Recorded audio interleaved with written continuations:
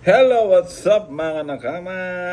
Charan! Meron tayong pahabang balot. So, hindi lang sa Pinas mga nakama, no? Meron din dito sa Taiwan. So, mostly ang mga nagpro-produce ng mga to, mga, hindi ko alam kung di ako nagkakamali, mga Vietnamese ata, tsaka Indonesian. Pero may mga Pilipino na rin na nagsusupply dito sa Taiwan. So, to, yun. And alam nyo ba mga nakama, no? Bigyan ko lang info, no? Yung mga kasamahan nating mga Chekwa, ayaw nila to, hindi sila kumakain. Pag naamoy nila or nakikita nila kaming kumakain, nandidiri sila. So yun yung info, no? Yun, no? Sarap. Sarap ng sabaw. Imbis na lagyan ko ng asin, hindi na. Pan na lang.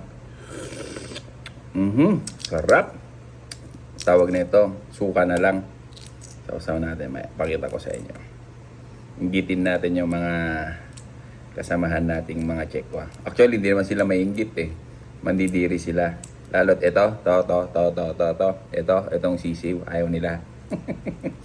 Minsan pag naaamoy nila na kumakain kami, tawag nila, para daw sila nasusuka, naduduwal sila, na wawalan daw silang ganang kumain.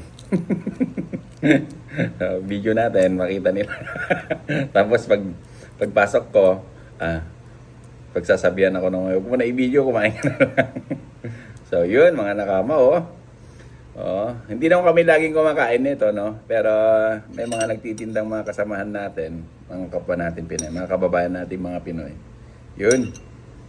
Uy, sausaw ko na ng ganun para minsanan na lang. Yun, no? Tatakam na ako. Yun, mga nakama. Late na sisiw, Tara, kain. Tapos higop ng suka. Maganda tong mga sisiw nila mga nakama. Balot nila, hindi masyadong malalaki. Pero may mga malalaki din, mabibili ka, mas mahal nga lang. Pero binibili namin dito, mostly ang presyo nila rito, limang balot, 100. Diba? Okay na yun. Hindi ka na mga araw-araw kumakain eh. So, yun, no? All good. Isa lang, sapat na. Tapos higop na lang ng suka.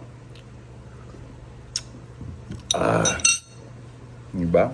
Yung vibes parang nasa Pinas lang. Bye-bye!